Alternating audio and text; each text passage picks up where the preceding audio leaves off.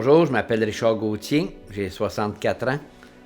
J'ai été élevé à Montréal avec ma grand-mère. Mes parents, ils ont eu 2 garçons. Moi, je suis le 3e garçon. Ils se sont mariés très jeunes.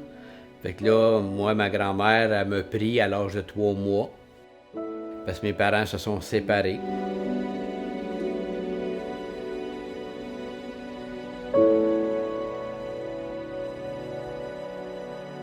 Mon frère Michel et mon frère Robert, qui sont plus vieux que moi, d'1 an et de 2 ans. Puis après moi, il y a ma soeur Danielle. Et puis quand ma mère s'est remariée plus tard, j'ai une demi-sœur qui s'appelle Joanne. Moi, j'ai été élevé avec ma grand-mère. Ma mère, c'est la plus vieille de 18 enfants de ma grand-mère. Fait que nous autres, on est les premiers petits-enfants. Fait que ma grand-mère m'a pris, j'avais 3 mois. Ce qui veut dire que elle m'a même gardé mes 2 frères puis ma soeur parce que mes parents étaient séparés. Fait que ma grand-mère est enceinte de ses derniers enfants, puis elle nous berçait, nous autres, ses petits-enfants.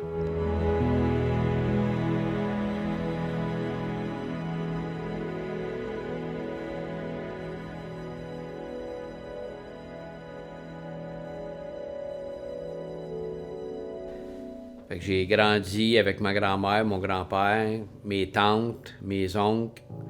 On était adolescents, on était 8 garçons dans la même chambre. À partir de l'âge de 10 ans à peu près, là. On était dans un grand 8,5 à Montréal, dans le quartier Hochelaga. J'ai pas manqué d'amour. Mon grand-père, ma grand-mère, le plus loin souvenir que j'ai, c'est l'âge de 4 ans. Mon grand-père était tout le temps présent. Puis j'ai pas manqué d'amour, j'ai été élevé par eux. C'est comme mes parents. Je me souviens depuis que je suis jeune, si on regarde, je me souviens, on était très catholiques. Grand-mère, grand-père, même que on allait à l'école primaire. Dans ce temps-là, on avait jusqu'à 7e année. On avait première année, 2e, 3e, 5e, 6e, 7e.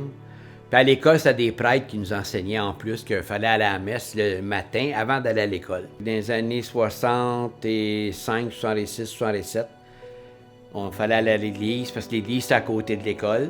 Il fallait aller à l'église le matin, puis on s'en allait à l'école après. Très, très religieux, très catholique. C'est sûr qu'il y avait des bonnes bases de moralité, tout ça. Puis moi, j'ai grandi en étant comme ça. Quand je suis arrivé adolescent, je n'étais pas un garçon trouble. J'ai toujours senti que j'étais heureux, j'étais bien. J'ai pas touché à la drogue, j'étais pas alcoolique. Je gardais mes petites cousines. J'avais 13, 14, 15, jusqu'à 16 ans même. Je gardais mes cousines qui venaient au monde. Je gardais souvent, très souvent. À un tel point que mes blondes, le plus longtemps que j'ai sorti, c'est 1 mois. Ils me laissaient parce que je gardais tout le temps. J'étais pas le plus vieux des 3 enfants. C'est que mon frère, il a 1 an plus que moi, puis mon autre frère, il a 2 ans. Moi, je suis le 3e. Mais ça, c'est avec ma mère. Mais de ma grand-mère, j'ai mon oncle qui est 1 an plus vieux que moi. J'ai une tante 2 ans plus vieux que moi. J'ai une tante 6 mois plus jeune que moi. Fait que la dernière de ma grand-mère, c'est ma tante, mais elle est 6 mois plus jeune que moi. Moi, j'ai été élevé avec eux. C'était comme mes frères, mes sœurs, mais c'est mes oncles, mes tantes. Rendu à l'adolescence, on se tenait qu'une gang de jeunes ensemble, mais on faisait pas les 100 coups. On a fait des petits coups. Des fois, on enlevait le mastic après les fenêtres à l'école d'été, là. Puis on se checkait à la police, mais tout ça, mais rien vraiment de majeur, là. On se droguait, on se tenait en gang, mais on était une bonne gang. On se tenait dans les sous-sols de maison d'un ami, un autre ami, puis un autre ami. On dansait, on avait des jus, des chips, pas de boisson, pas de drogue, ça allait bien. Fait que dans le fond, j'étais un garçon modèle.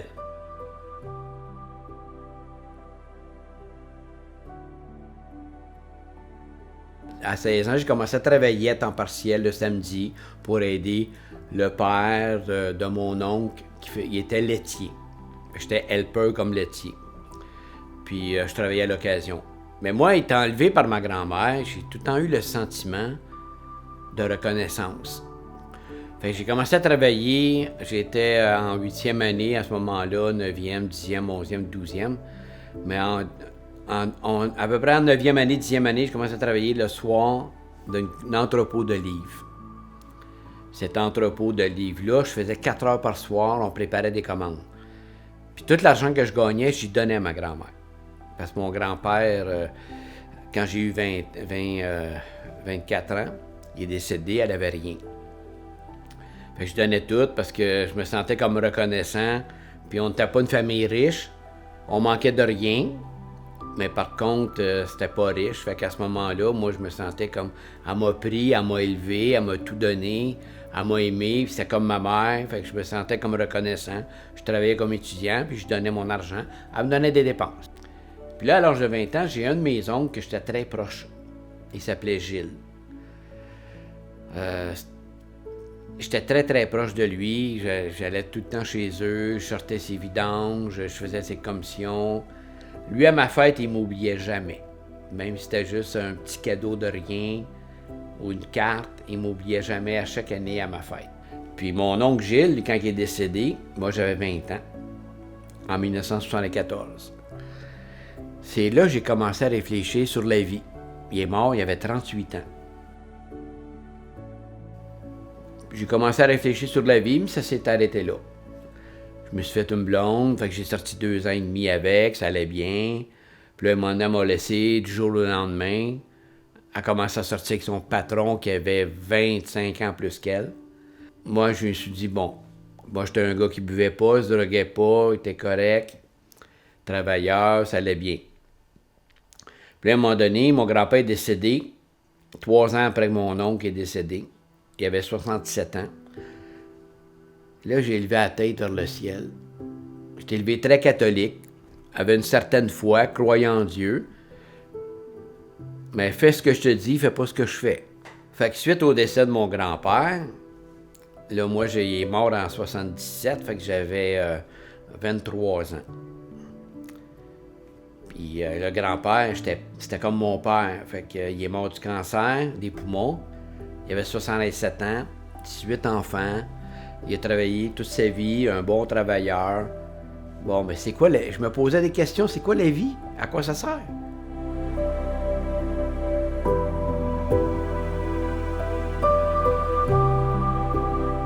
Tu viens au monde, tu manges, tu bois, tu grandis, tu vieillis, qu'importe les études que tu peux faire ou qu'est-ce que tu fais dans la vie, tu meurs. Il y a eu des enfants, après ça, la roue tourne. Là, je me posais des questions. Quand il est décédé, ça s'est arrêté là.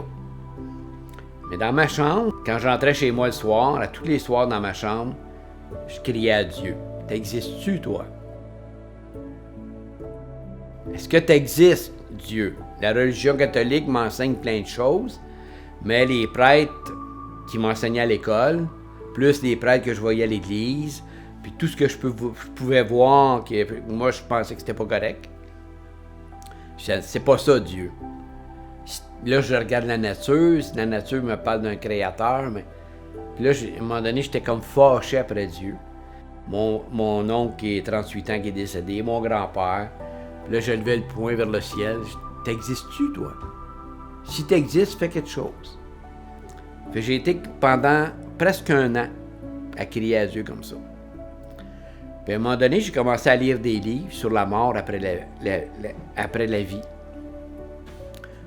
Qu'est-ce qu'il y a de l'autre côté? Des témoignages de gens qui sont morts cliniquement. Puis là, ils ont vu une lumière, puis c'était beau. Là, je lisais les livres, puis je trouvais ça beau. Tu sais, je fumais la cigarette, j'avais 16 ans. Pas de drogue, pas de boisson. J'étais un gars parfait, en fin de compte.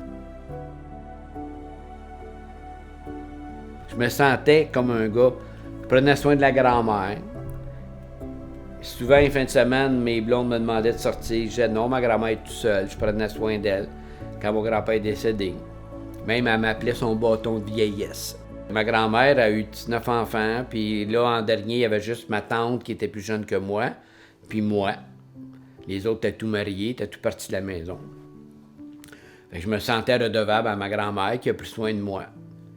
Puis, de toute façon, je la considérais pas comme ma grand-mère, c'était comme ma mère. Fait que je suis resté avec elle jusqu'à l'âge de 25 ans. Puis là, après avoir crié à Dieu pendant 1 an, Là, j'avais lu les livres, là, j'avais le goût de m'en aller. J'avais le goût de mourir puis être de l'autre côté, tellement que c'était beau ce qu'il disait dans les livres. Fait que je suis monté sur le pont Jacques-Cartier, un samedi matin à 6 heures. Je voulais me jeter en bas.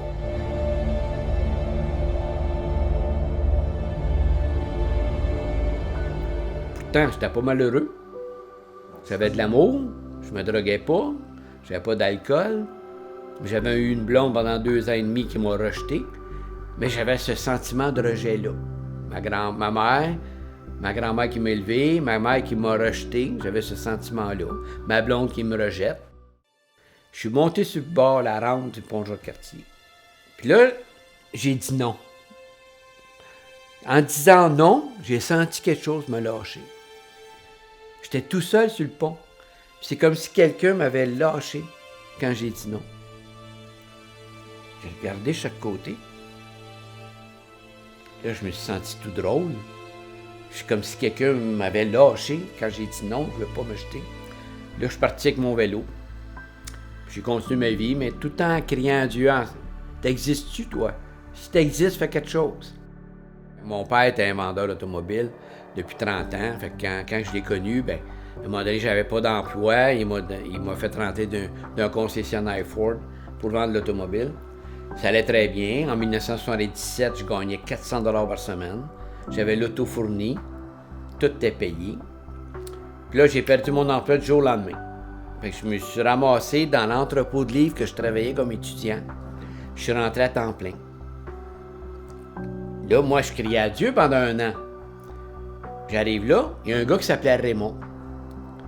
Il lisait sa Bible à chaque dîner. Je disais, ouais. Mais moi, je criais à Dieu, lui, il ne sait pas. Puis là, à un moment donné, au l'heure du dîner, je suis allé le voir, puis il a commencé à me parler de Jésus. Il a commencé à parler de Dieu, que Jésus était mort pour nous sur la croix, pour nos péchés, qu'il était ressuscité, puis il pouvait transformer nos vies. Il me parlait, puis je voyais dans ses yeux comme une fontaine couler. Je ne savais pas à ce moment-là, je l'ai lu dans la Bible plus tard, que Jésus a dit « Celui qui aura soif, il y aura dans son sein des eaux vives qui vont couler jusque dans la vie éternelle. » Moi, il me parlait, puis je buvais. Mais j'étais très sceptique. J'ai été élevé très religieux, fait que je voulais pas avoir une autre religion, embarquer d'une secte ou d'une religion, je voulais rien savoir. Parce que j'ai été élevé très catholique, puis j'en avais pas là, j'en avais là. Fait que je voulais pas. Fait que là, à un moment donné, il m'appelle, il me dit « Hey Richard, tu viens-tu avec moi à l'église? » Je dis « Non. Je veux rien savoir d'une église. J'étais à l'église toute ma vie. » J'ai dit « Ça n'a rien donné. » Oui, mais il dit « C'est pas pareil. » J'ai dit « Garde. » J'ai dit « Si tu peux m'apporter une Bible, je vais la lire moi-même. » Il dit « OK. » Il m'a donné un Nouveau Testament, une petite Bible, même avec l'Ancien Testament. J'ai commencé à lire la Bible, tranquillement. Ma grand-mère, elle me dit « Lis pas ça, ton nez fou. » Parce que les prêtres, ils disaient ça. Fait que les prêtres, ils cachaient la vérité. Ils voulaient pas que les gens lisent la Bible pour qu'ils puissent connaître ce que la parole de Dieu dit. Ils voulaient que les gens... Parce qu'il y a un verset que j'ai connu plus tard, ça dit « La foi vient ce que tu entends. » Ce que tu entends vient de la parole de Christ. Fait que si les prêtres, ils t'enseignent n'importe quoi, mais ta foi va être bâtie sur ce que tu entends. Tandis que si tu lis la parole par toi-même, ta foi va être bâtie sur la parole de Christ. Et non sur une religion ou une secte ou quoi que ce soit. Là, au début, j'ai dit, Raymond, j'ai dit, non, je ne vais pas à ton église. Tu témoin de Jéhovah, toi? Il dit non. Il dit non. Je dis, OK, déjà là, c'est un bon point. J'ai dit, moi, je ne veux pas embarquer dans une autre religion. Je ne veux rien savoir. Il dit, non, il dit, je ne te présente pas une religion, je te présente une personne. Il dit, tu peux avoir une relation personnelle avec Jésus. Et lui, il ne sait pas que je crie à Dieu dans ma chambre. Fait que là, je commence à lire la Bible. Ma grand-mère me dit pas lire ça, parce que je vais venir fou. Fait que là, moi, je continue à lire quand même. Puis j'ai tombé sur un passage dans l'Épître aux Romains. Ça dit que Dieu seul est reconnu pour vrai. Tout homme est menteur. C'est ça m'a frappé. Tout homme est menteur. Dieu seul est reconnu pour vrai. Donc, si je veux la vérité, si je veux quelque chose de vrai, il faut que je lis la Bible.